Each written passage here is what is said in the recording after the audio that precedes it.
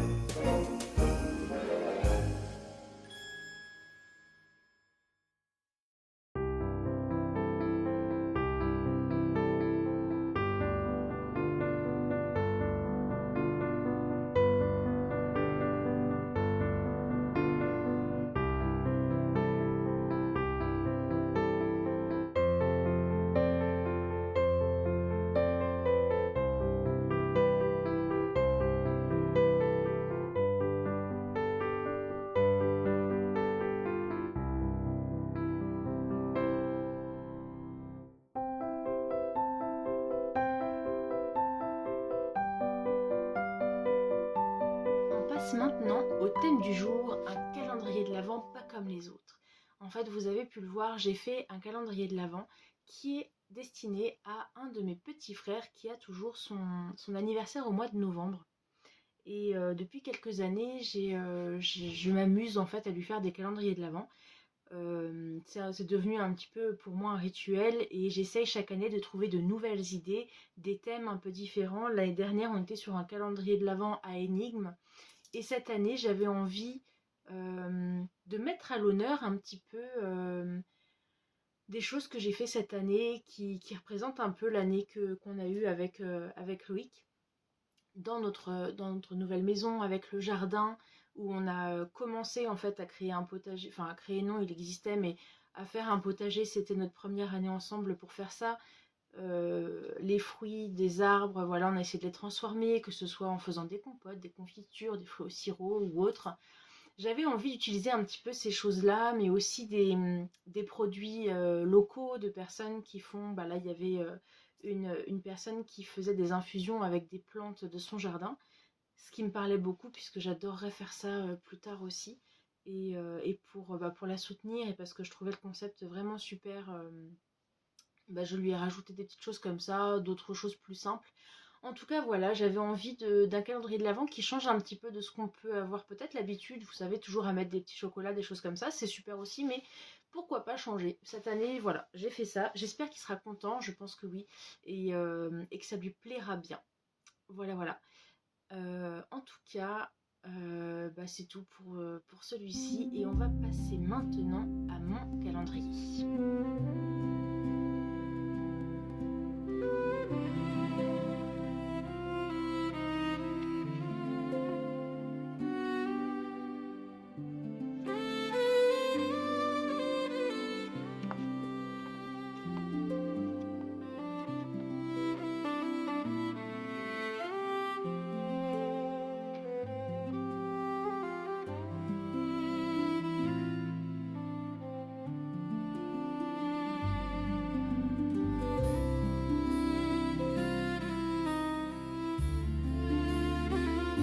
Je voulais maintenant vous présenter le calendrier de l'Avent que j'ai choisi pour moi cette année et qui change un petit peu de ce que j'ai l'habitude.